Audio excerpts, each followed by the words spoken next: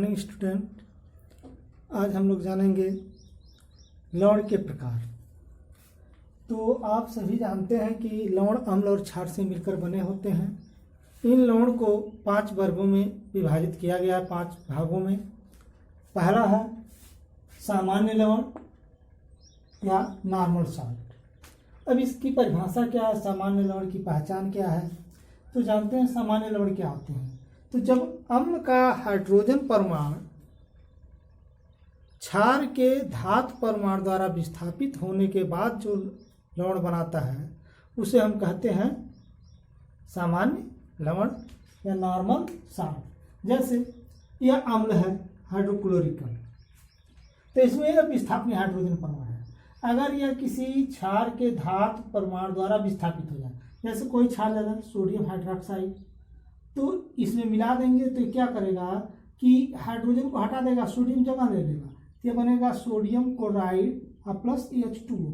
तो हाइड्रोजन के जगह पर कोई धातु आ गया, और जब हाइड्रोजन के अम्ल में हाइड्रोजन का स्थान कोई धातु परमाणु ले लेगा तो वह जो लवण बनेगा ये साल्ट क्या कहलाएगा, नॉर्मल सॉल्ट।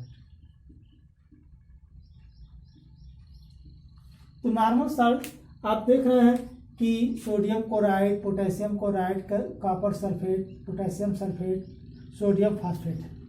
इसमें क्या है, ये किस अम्ल से आया हुआ, हाइड्रोक्लोरिक अम्ल से।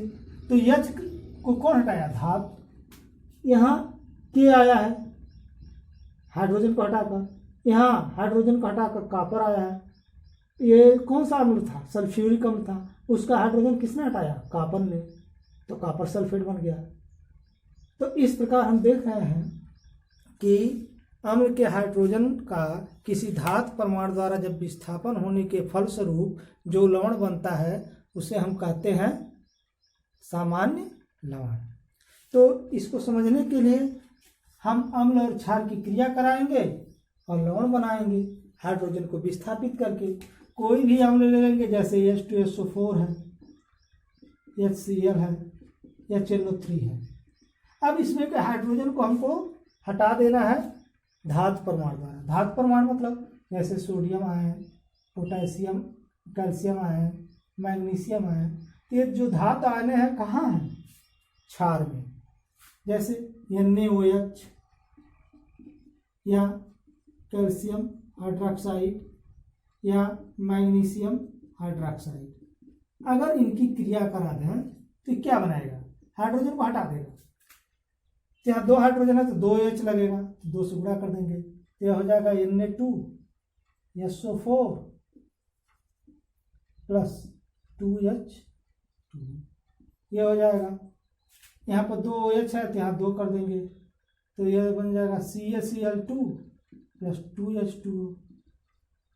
यहाँ पर 2 का गुणा कर देंगे और यह बन जाएगा, Mg हटा देगा हाइड्रोजन को, तो यह बन जाएगा MgNO3 का होल ट्वाइस प्लस 2H2। तो इन अम्लों में से हाइड्रोजन को विस्थापित कर दिया।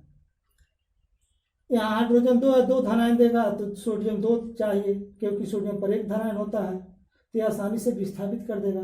कैल्शियम पर 2 पॉजिटिव होता है, हाइड्रोजन पर 1, तो हाइड्रोजन 2 चाहिए तो 2 से गुणा करके हम समीकरण बना लिए। मैग्नीशियम पर 2 धनावेश होता है, हाइड्रोजन पर 1 होता है, इसलिए 2 का गुणा किए हैं और इसको हटा दिए।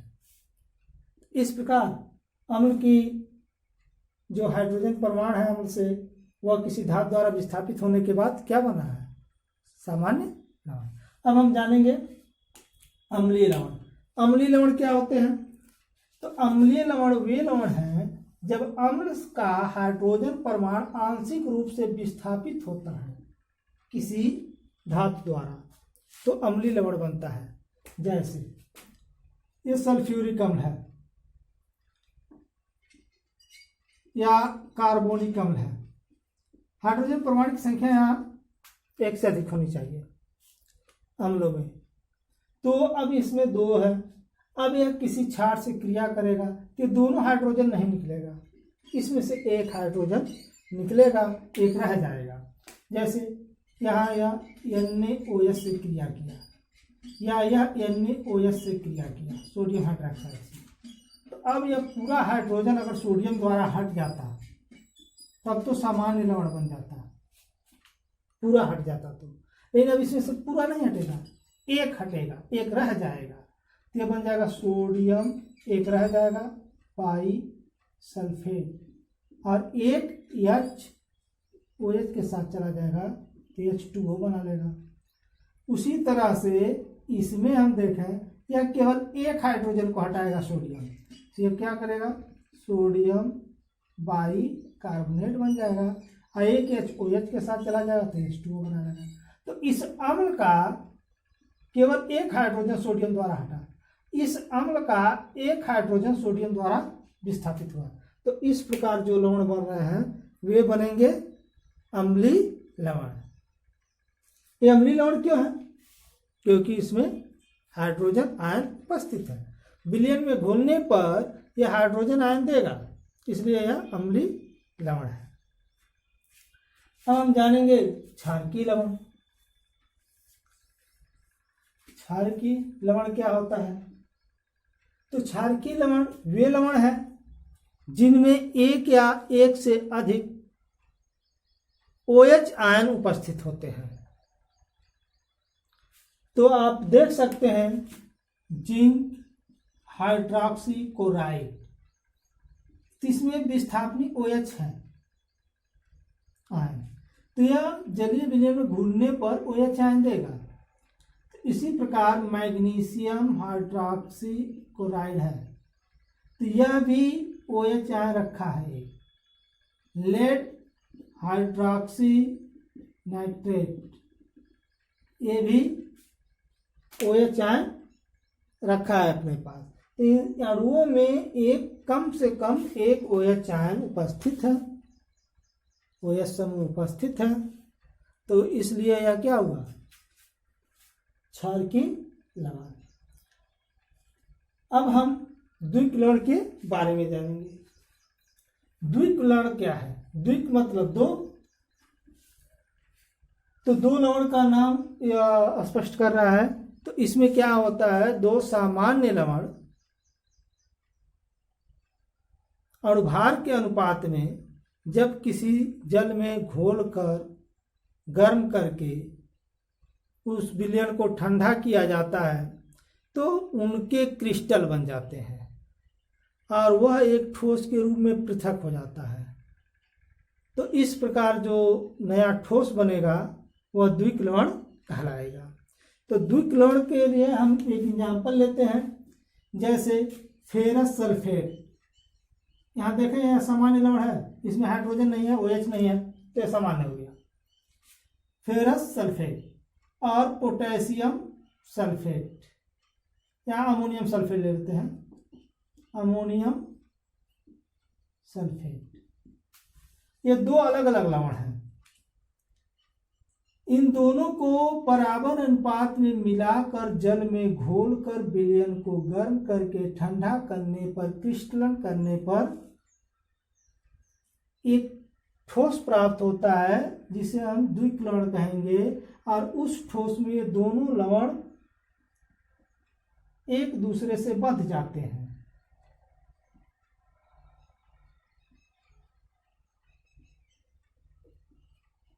और उसमें 6 अणु जल के उपस्थित हो जाते हैं जो क्रिस्टलन जल के अणु कहलाते हैं। तो इस प्रकार यह दोनों लवण कंबाइन हो गए 6 जल के अणु की सहायता से, तो यह बना द्विक लवण, डबल सॉल्ट।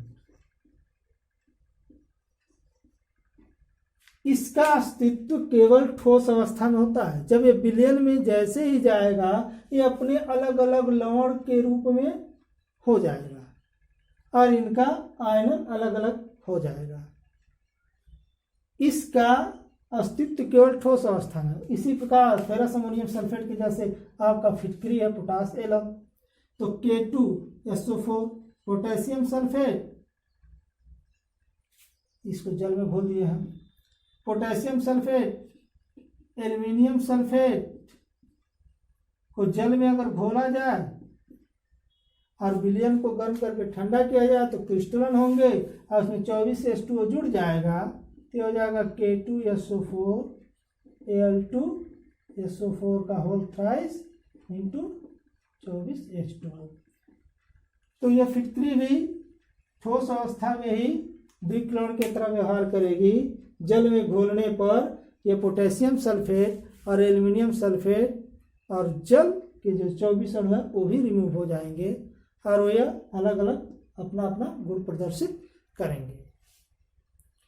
तो द्विक्लोण की यह पहचान हो गई। दो साधारण लवण क्रिस्टलीय रूप में आ जाते हैं जल में घुलने पर, ये द्विक्लोण बनाते हैं। अब हम जानेंगे संकर लवण। संकर लवण दो साधारण लवणों से बना एक ऐसा ठोस पदार्थ है जिसका ठोस अवस्था में और विलयन में दोनों में अस्तित्व बना रहता है। जैसे हम यह कह सकते हैं कि इनका अस्तित्व जैसे द्विक्लोण का ठोस में था, विलयन में नहीं था, लेकिन यह जब बना है तो इसका अस्तित्व ठोस अवस्था में भी है और विलयन में भी है। तो दो या दो से अधिक लवणों के संयोग से बना ऐसा पदार्थ जिसका ठोस अवस्था और जलीय विलयन दोनों में गुण विद्यमान रहते हैं संकर लवण कहलाते हैं। तो जैसे पोटेशियम फेरोसाइनाइड, तो K4Fe3Cl6, तो यह आयनित होकर क्या देंगे, potassium ion plus ferrocyanide ion.